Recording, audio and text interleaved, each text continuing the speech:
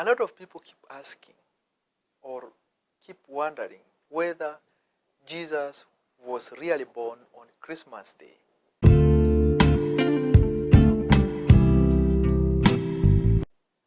Christians celebrate Christmas Day on December 25th as the day Jesus was born.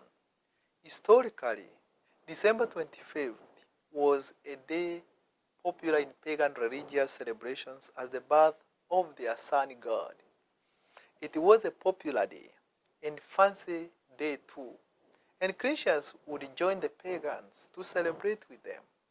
There is a popular saying that says, if you can't beat them, join them. Christians, in their wisdom, adopted the popular day for their Christmas celebrations, not because Christ was born on that day, but to divert the Christians from joining the pagans in their idolatry. It was also a better way to bring pagans into Christianity. Early Christian teachers suggested different dates at all the calendar when they thought Christ might have been born.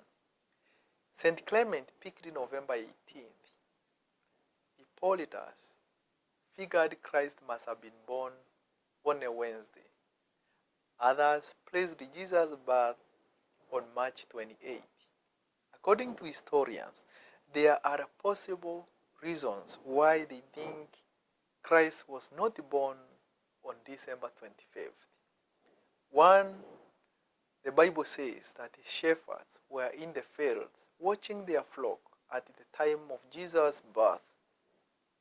Since December is cold and rainy in Judea, it is likely the shepherds would have sought shelter for their flocks at night, meaning that they would not be in the fields in December.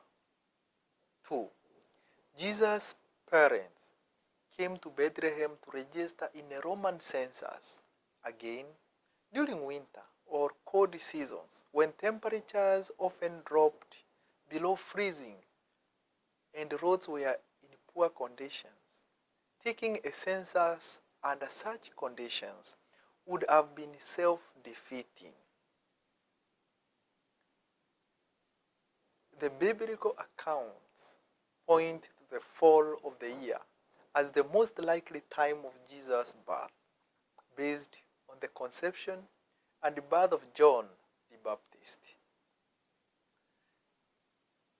Since Elizabeth, John's mother, was in a 6th month of pregnancy when Jesus was conceived, we can determine the approximate time of year Jesus was born if we know when John was born. John's father, Zacharias, was a priest serving in the Jerusalem temple during the course of Abijah. Historical calculation indicate this course of service corresponds to June 13th to 19th in that year. It was during this time of temple service that Zacharias learned that he and his wife Elizabeth would have a child. After he completed his service and traveled home, Elizabeth conceived. Assuming John's conception took place near the end of June, adding 9 months brings us to the end of March as the most likely time for John's birth. Adding another 6 months, the difference in ages between John and Jesus brings us to the end of September as the likely time of Jesus' birth. This is counting literally. Note carefully.